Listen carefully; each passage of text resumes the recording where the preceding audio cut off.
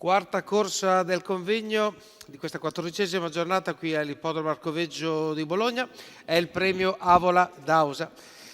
È una corsa riservata a cavalli di ogni peso di 5 anni, categorie F ed E sui 1660 metri. I cavalli si stanno radunando nelle vicinanze dell'autostart e attendono appunto di essere chiamati per il movimento d'avvio dell'autostart. Sta arrivando adesso lentamente il numero 3 di Danny Pan dalla parte opposta rispetto alla direzione di corsa. Eccolo che arriva e si gira prontamente mentre si accendono le luci dell'autostart. Quindi Danny Pan è il numero 3 di questa corsa. Con il numero 1 abbiamo Formidabile Caff guidato da De Filippis, con il numero 2 Fuente di Mira Antonio Di Nardo, 3 appunto Danny Pan con Maurizio Chelli, 4 Danubio Tav, Salvatore Valentino, col 5 First Death Call con Daniele Cuglini, 6 Dance With Me, Vincenzo Luongo in seconda fila, 7 Einstein Grad, 8 Anteo del Ronco, Enrico Bellei.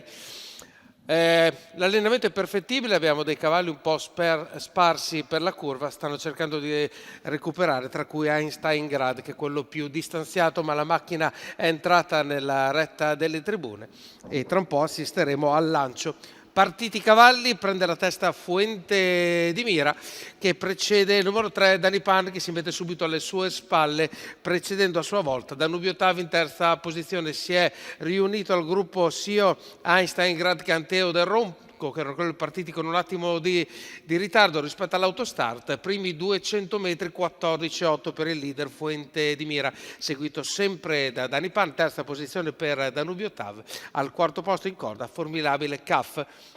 Quando stiamo per arrivare ai 400 metri incomincia lentamente a formarsi anche quello che è il treno esterno della corsa. 33 per i primi 400 metri, Antonio Di Nardo modera l'andatura del suo cavallo, che va per completare a questo punto la seconda curva, quindi 600 metri passati in 45,8 per Fuente di Mira, che guida il gruppo precedendo sempre Danny Pan. Siamo davanti alle tribune ed ecco la fila esterna che si forma con Dance With Me che prova a risalire, seguito dal numero 5 First Death Call, 800 metri in 1 minuto e spiccioli, e poi prende anche la via dell'esterno che è Einstein Grad.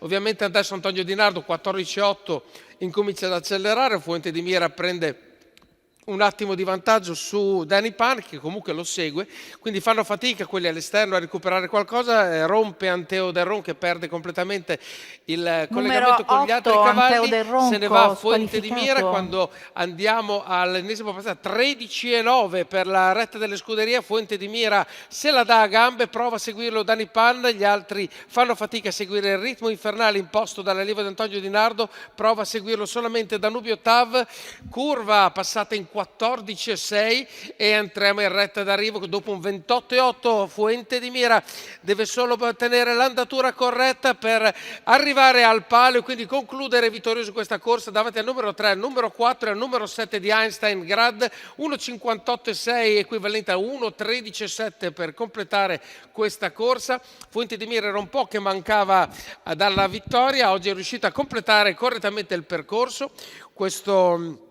Questo figlio di Chapeau e Librata, guidato da Antonio Di Nardo per Enrico Fiaschi della scuderia di Mira SNC.